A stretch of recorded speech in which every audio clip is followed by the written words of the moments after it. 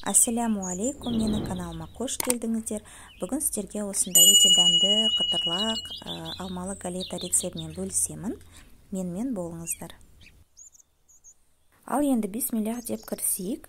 Бізге 200 грамм ұн, 100 грамм қант, 100 грамм сары май, 1 жұмыртқа, 2-3 алма, 1 шай қасық крахмал, 2 шай қасық қант керек болады.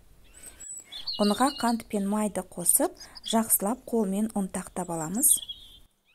Достар, мені қолдап, тіркеліп, лайк қойып және де пікірлеріңізді айта отырыңыздар. Менің каналымда әлі көптеген рецепттер болады.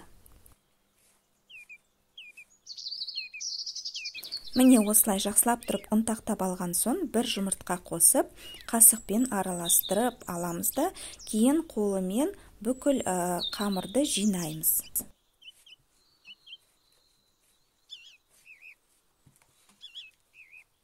Қамырымызды біркелкі болып жинап алғаннан кейін дастарханға қойып, тағы да қолымен жақсылап илеп аламыз да, пищевой пленкаға салып, жарты сағатқа холодильникке қойып қоямыз.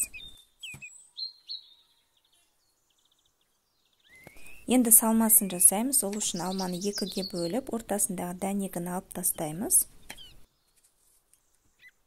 Енді әрбір бөлікті осылай сопақша етіп, тілімдерге бөлеміз.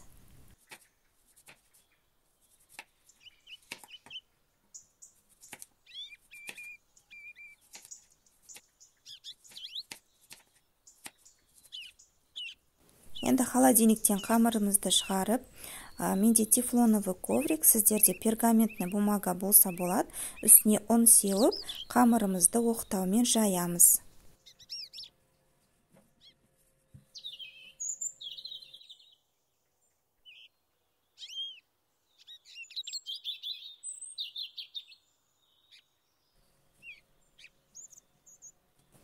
Жайған уақытта қамырларымыз жан-жағы осылай жыртылып кетсе, ол ештеңе етпейді. Осылай қолмен жинап алуға болады.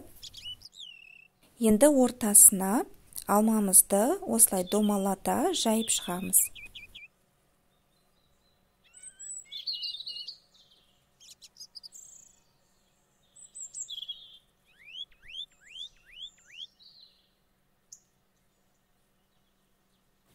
Енді алманың үстіне қант себеміз, крахмал себеміз де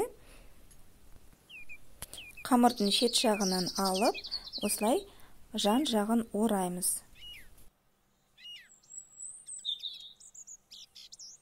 Жан жағын орап болғаннан кейін галетамызды 180 градуста алдын ала қызып тұрған пеште 15-20 минуттай пісіріп аламыз.